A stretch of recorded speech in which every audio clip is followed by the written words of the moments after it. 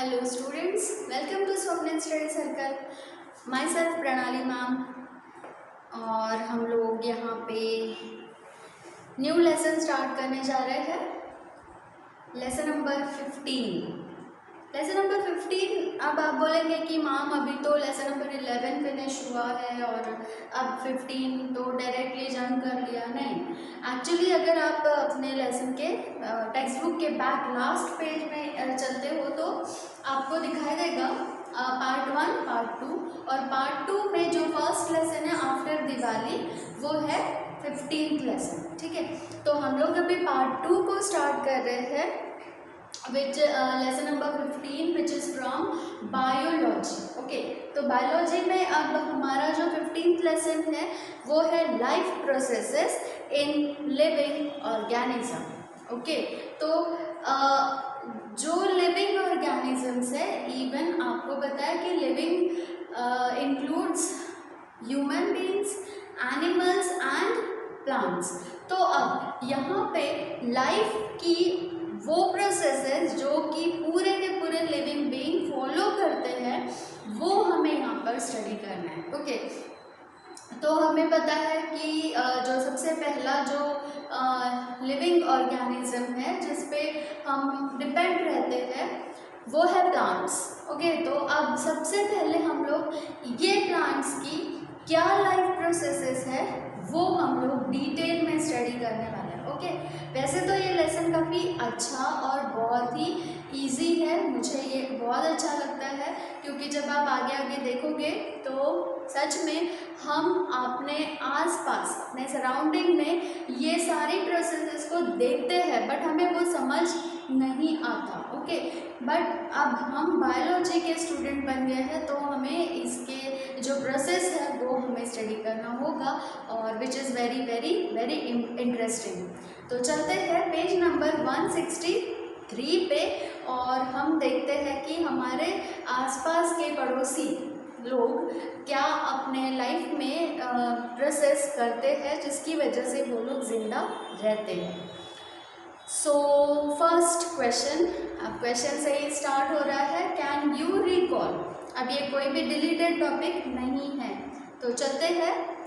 How do the digestive system and respiratory system work.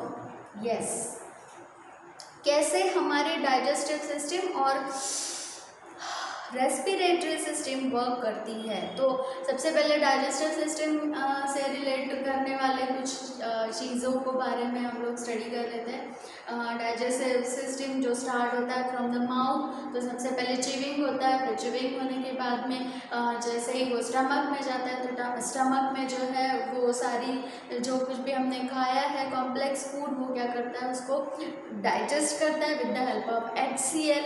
और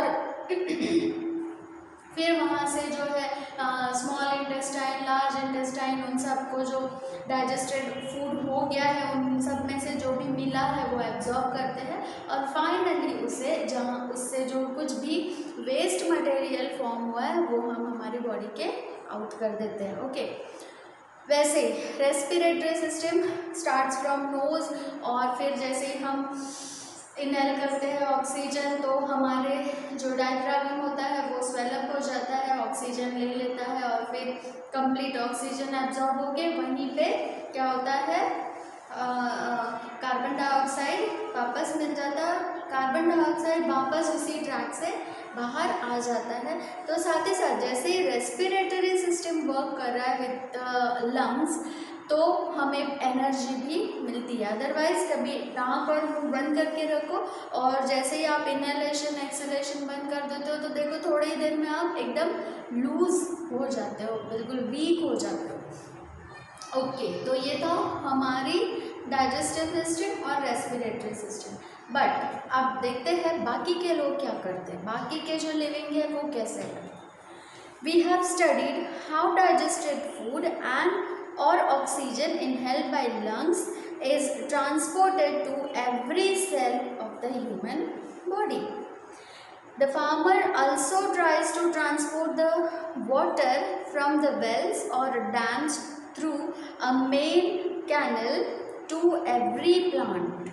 the food absorbed by the digestive system is converted into the energy. This energy and oxygen are both transported via blood throughout the body. तो complete जो भी blood है वो हमारे body में ऐसे ही rotate होते ही रहता है, जिससे कि हम एनर्जेटिक होते हैं। ओके, तो अब ट्रांसपोर्टेशन हमारा फर्स्ट हेडिंग है, transportation. By the process of transportation a substance either synthesized or absorbed in one part of the body reaches another. तो अब यहाँ पे जब ट्रांसपोर्ट हो रहा है, देखो एक सिंपल एग्जांपल मैं आपको दे देती हूँ। जब आप हेल्दी होते हो तो आप कॉम्प्लेक्स फूड खाते हो, जो कुछ भी खाते हो उसमें से ग्लूकोज और स्टार्च हमारे बॉडी में डिज़ोल्व हो जाता है और वो थ्रू आउट बॉडी में सप्लाई होके हम एनर्जेटिक रहते हैं। बट इन केस कभी अगर हमारी तबीयत ख़राब हो जाती है, और तबीयत नहीं ख़राब हो जाती है, हमारा अगर डाइजेस्टिव सिस्टम ही ख़राब हो जाता है, तो क्या होता है कि प्रॉपरली हम फूड इंजेक्ट नहीं कर पाते, और अगर फूड नहीं गया है तो हमें ग्लूकोज नहीं मिलता है, और विदाउट ग्लूकोज हमारी बॉडी एनर्जेटिक फील नहीं करती है। तो ऐसे समय में क्या करते हैं डॉक्टर, देखो सलाइन हमें इंजेक्ट कर देते हैं। तो सलाइन में क्या होता है, बिल्कुल रेडीमेड ग्लूकोज होता है, मतलब आपके स्टमक को कोई भी काम नहीं करना है, विदाउट वर्किंग ऑटोमेटिकली ग्लूकोज हमारे ब्लड में स्प्रेड हो जाता है। तो हमें थोड़े ही देर में एनर्जेटिक फील होने लगता है। मीन्स हो क्या रहा है, तो यहाँ पे ग्लूकोज का कंप्लीट सप्लाई हमारे बॉडी में हो रहा है। सप्लाई से बेटर वर्ड मैं अब यूज़ करूँगी, transportation into the blood. Okay, तो ये ग्लूकोज ट्रांसपोर्ट हो रहा है, जिसकी वजह से हम एनर्जेटिक फील करते हैं। तो इट मीन्स इन ऑल, अगर हमने इसका कंक्लूजन निकाला तो कंक्लूजन क्या आ जाता है कि transportation is very important for our body, right. Okay, तो अब ये तो हो गया भाई हमारी बॉडी से रिलेटेड। बट अब प्लांट्स की बॉडी में क्या ट्रांसपोर्ट होता है, प्लांट्स क्या खाते हैं, क्या पीते हैं, क्या उनके बॉडी में ट्रांसपोर्ट होता है, जिसकी वजह से वो बिल्कुल हेल्दी और एनर्जेटिक रहते हैं। लेट्स मूव, आगे बढ़ रहे हैं, transportation in plants. Discuss first, why do we eat fruits and vegetables. फिर से हम क्यों फ्रूट्स और वेजिटेबल्स खाते हैं, जस्ट फॉर मेकिंग हेल्दी और just for different types of vitamins और minerals. So do the plant also need minerals like we do. तो क्या हमने उनके फ्रूट्स खाए तो हमें मिनरल्स मिला, विटामिन्स मिला। क्या प्लांट्स को भी मिनरल्स की ज़रूरत होती है? ऑब्वियसली, अगर उसे मिनरल भरे फ्रूट्स अगर बनाना है तो उसे भी मिनरल्स की ज़रूरत रहेगी। Now from where do the plants get inorganic substances other than carbon dioxide and oxygen. तो अब ऑक्सीजन तो उसके ही लीव्स में क्रिएट होता है, बट कार्बन डाइऑक्साइड वो एयर में से एब्जॉर्ब करता है। बट बाकी की चीज़ें मिनरल्स है उसके पास में, जैसे अगर आंवला ले लेते हैं तो आंवला के लिए उसे कैल्शियम की ज़रूरत होती है, क्योंकि उसे तो कैल्शियम से भरे हुए आंवले बनाना है, राइट। तो बाकी के मिनरल्स की उसे ज़रूरत है, साथ ही साथ वाटर की उसे ज़रूरत है। तो वो सारी चीज़ों को कहाँ से ये इन सभी चीज़ों को हम क्या बोलेंगे, इन शॉर्ट इनऑर्गेनिक सब्सटेंसेस। तो इनऑर्गेनिक सब्सटेंसेस को वो कहाँ से लेते हैं, चलो देखते हैं। Most animals move from place to place but plants do not.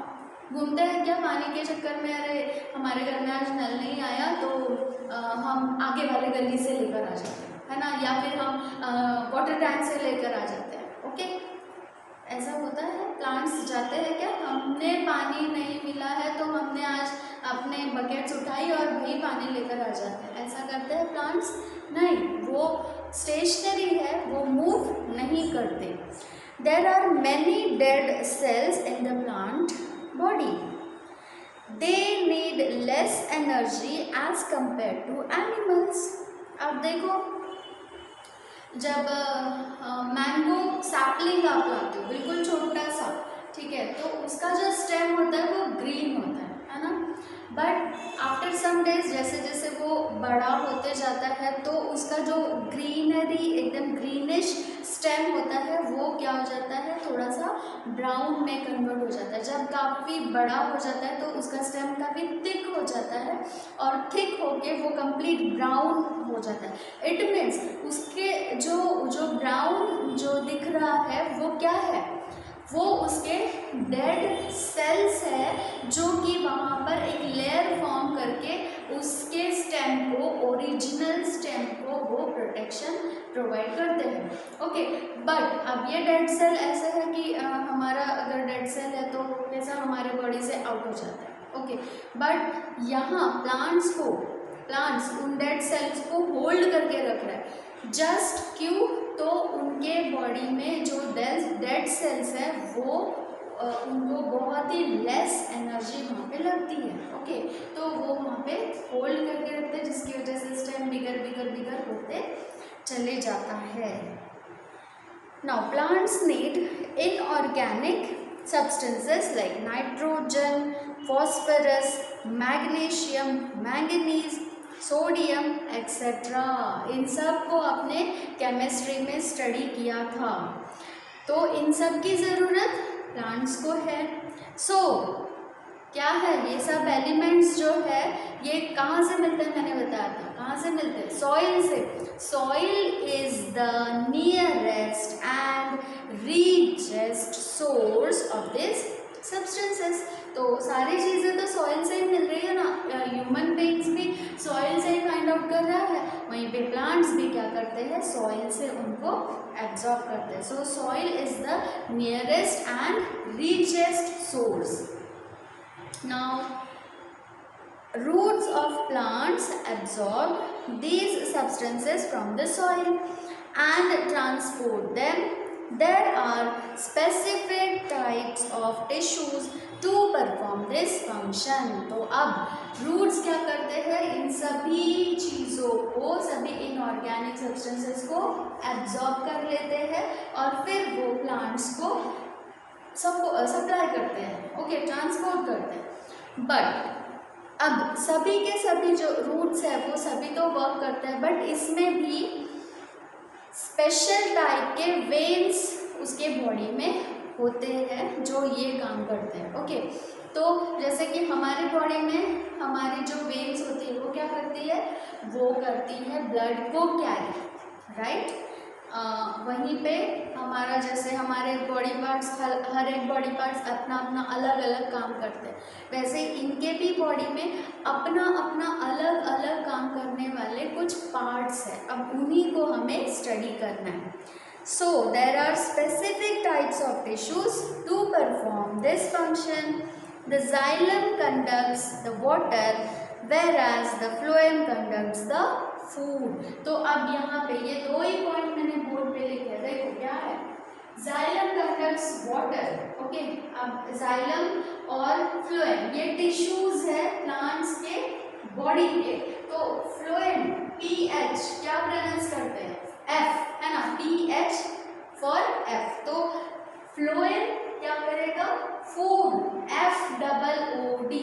तो ये मैं आपको ध्यान या लर्न रखने की ट्रिक बता रही हूँ। तो फ्लोएम कंडक्ट करता है food, okay, and xylem conduct करता है वाटर। जाइलम और फ्लोएम क्या है, tissues of the plant body. Okay, now all parts of the plants are connected with these conducting tissues. तो अब देखो, बिना पानी के और बिना खाने के तो कोई रह ही नहीं सकता, और इसी वजह से फूड को कंडक्ट करने वाला फ्लोएम और वाटर को कंडक्ट करने वाला जाइलम, इन दोनों भी टिश्यूज के साथ में प्लांट्स की हर एक बॉडी पार्ट कनेक्टेड होते हैं, क्योंकि सभी को तो खाना और पीना चाहिए ना। ओके, तो सभी प्लांट के सभी पार्ट्स इसके कनेक्टेड में रहते हैं। अब नेक्स्ट टॉपिक हमारे पास आ जाता है transportation of water in plants. तो चलो चलते हैं, क्या है, ट्राई दिस। हेडिंग है रूट प्रेशर, बड़ा इंटरेस्टिंग टॉपिक है। क्या है? Root pressure. तो अब देखो, मैं सबसे पहले फिजिक्स में हम लोग चलते हैं। हमें पता है कि ऊपर से जो है नीचे पानी अगर जा रहा है तो वो बिल्कुल ईजीली जाता है, just because of the gravity, है ना।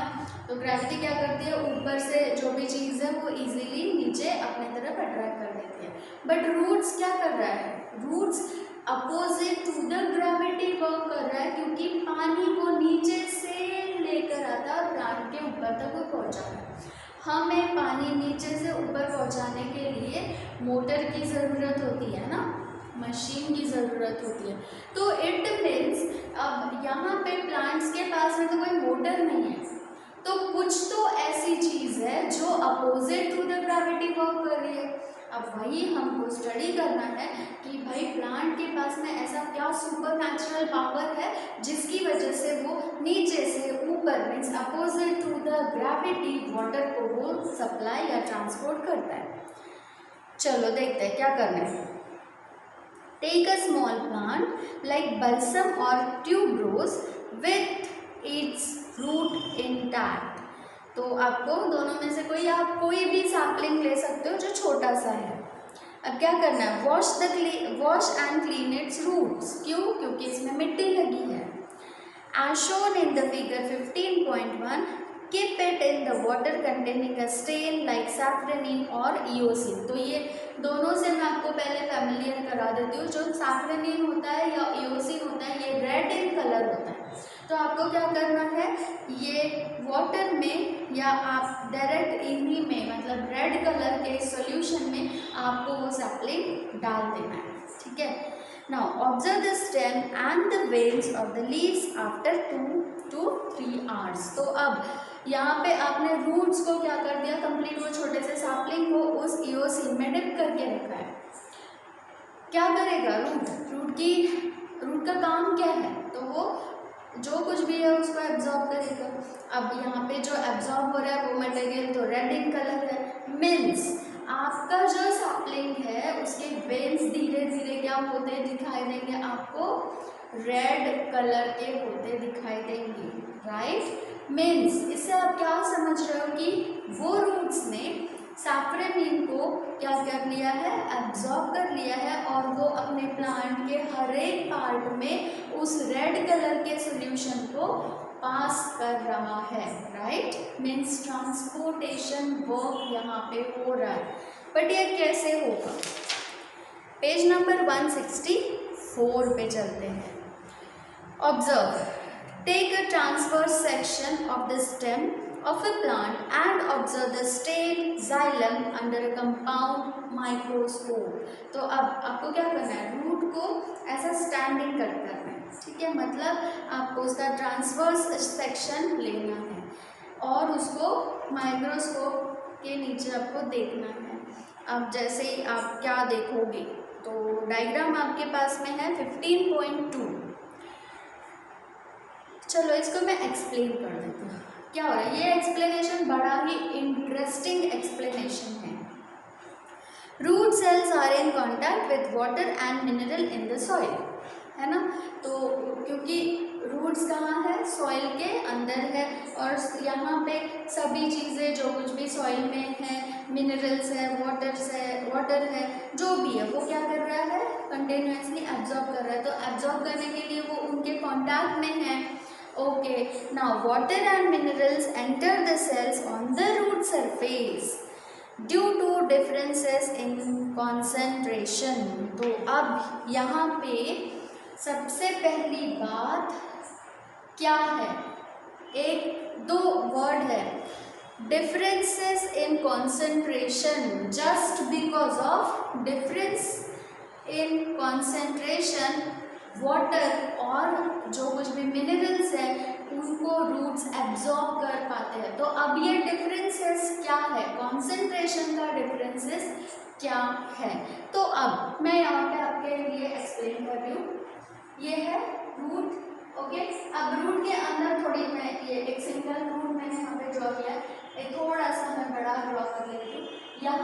सेल्स, है ना, ये सब इक्वल सेल्स है, इक्वल साइज के। चलो अब जब ये सेल्स है तो अब यहाँ पे रूट कैसा होता जाएगा, थोड़ा छोटा छोटा, क्योंकि ये नैरो एंडिंग होगा। ओके, तो अब इन सेल्स में क्या है आपको पता है, क्या है इनके पास में, ये क्या एब्जॉर्ब कर रहे हैं, ये रूट और मिनरल सॉरी वाटर और मिनरल को एब्जॉर्ब कर रहे हैं। तो अब यहाँ से सबसे पहले ये सेल का कॉन्सेंट्रेशन वीक है, लो है, कम है, इस वजह से ये क्या करेगा, यहाँ से वाटर को एब्जॉर्ब करेगा। जैसे ही ये एब्जॉर्ब करेगा, अब मैंने पेट भर के बहुत खाना खा लिया भाई, इतना अब मेरा प्लेट में कुछ नहीं है, अब मैंने बहुत खाना खा लिया, बहुत मतलब जितना मैंने चाहा था उतना पूरा मैंने एब्जॉर्ब कर लिया, तो मेरे स्टमक का जो साइज रहेगा वो क्या होगा, है ना, बिगर होगा। तो अब इसने भी क्या किया, वाटर को एब्जॉर्ब कर लिया, तो अब इसका साइज क्या होगा, बिगर दैन दिस सेल, क्योंकि अभी तक इसने एब्जॉर्ब नहीं किया है। बट अब ये दोनों भी एक दूसरे के कांटेक्ट में है, जैसे ही यहाँ पे वाटर आ जाता है, यहाँ से ये पास होता है। ओके, तो जस्ट ये क्या है, डिफरेंसेस इन द कॉन्सेंट्रेशन। तो कम ज्यादा साइज होने की वजह से यहाँ से ये पास होगा। ओके, बट अब ये जैसे ही पास हो रहा है ये फिर से बड़ा हो गया। ओके, बट यहाँ से यहाँ पास हो गया तो ये फिर छोटा हो गया, इसका साइज फिर से छोटा हो गया। बट अब देखो यहाँ से इधर भी है, तो ये तो और कंटिन्यूसली सकेंगे, इसका चालू ही रहेगा। बट अब यहाँ से इधर पास होगा तो ये बड़ा होगा, फिर इधर तो ये बड़ा होगा। ओके, मीन्स ये क्या हो रहा है, डिफरेंसेस आ रहे हैं सेल के कॉन्सेंट्रेशन पे। तो एक बड़ा होता है, ये छोटा है, फिर यहाँ से इधर पास होगा तो ये बड़ा होगा, ये फिर से खाली हो गया मतलब फिर से भर जाएगा। ये कंटिन्यूसली ये प्रोसेस चलते रहती है। और अब जब देखो हमने बलून्स रखे एक दूसरे के आजू बाजू में, है ना, तो अब यहाँ पे एयर आई तो इसका साइज बड़ा हो गया, तो इसने बाजू वाले को क्या करना है, धक्का मारना है। क्यों, क्योंकि इसका साइज बड़ा हो गया, तो अब इसे जगह ज़्यादा लगेगी, है ना। अब ये छोटा है, फिर यहाँ से इधर जैसे ही वाटर पास होगा तो ये फिर से बड़ा होगा, तो ये फिर से आजू बाजू वालों को धक्का मारेगा, राइट। मतलब अब हम इसको क्या बोलेंगे, जो धक्का मारने वाली जो प्रोसेस है वो है प्रेशर।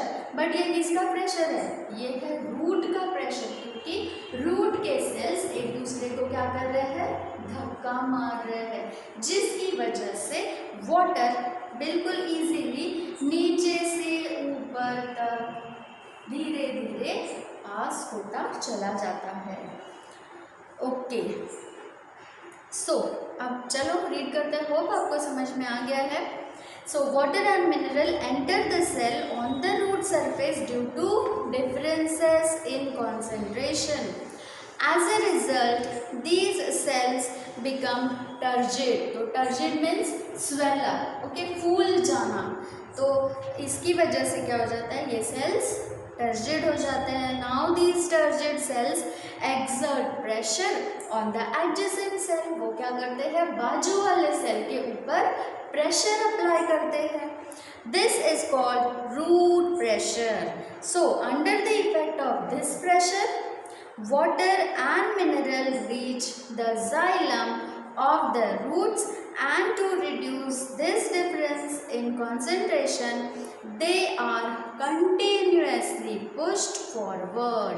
तो अब इस प्रेशर को ऑब्वियसली सभी क्या चाहते हैं, भाई हमने पेट भर के खाना खा लिया है, तो ऐसे ही पेट हमेशा रहा तो हमसे तो चलना मुश्किल हो जाएगा, तो इसीलिए क्या होना चाहते हैं, हमेशा हम खाली होना चाहते हैं। तो ऐसे ही ये रूट्स भी क्या करना चाहते हैं, ये सेल्स भी क्या करना चाहते हैं, बहुत जल्दी जल्दी सप्लाई करते हैं कि मैं कितने जल्दी फिर एकदम खाली हो जाओ। तो जिसकी वजह से वाटर और मिनरल्स का सकिंग कंटिन्यूसली चलते ही रहता है, और प्लांट्स अपने हर एक पार्ट को वाटर और जो भी मिनरल्स उसे चाहिए वो सप्लाई ट्रांसपोर्ट करते रहता है। So as a result of this continuous movement, a water column is formed which is continuously pushed ahead. This pressure is sufficient to lift the water up in shrubs, small plants and small trees. तो ये continuous process है और ये जो भी छोटे height के जितने भी प्लांट्स हैं उनमें ये कंटिन्यूअसली होता रहता है. Okay, now next topic transpiration pull. तो ट्रांसपिरेशन पुल भी बड़ा अच्छा और बहुत ही इंटरेस्टिंग टॉपिक है.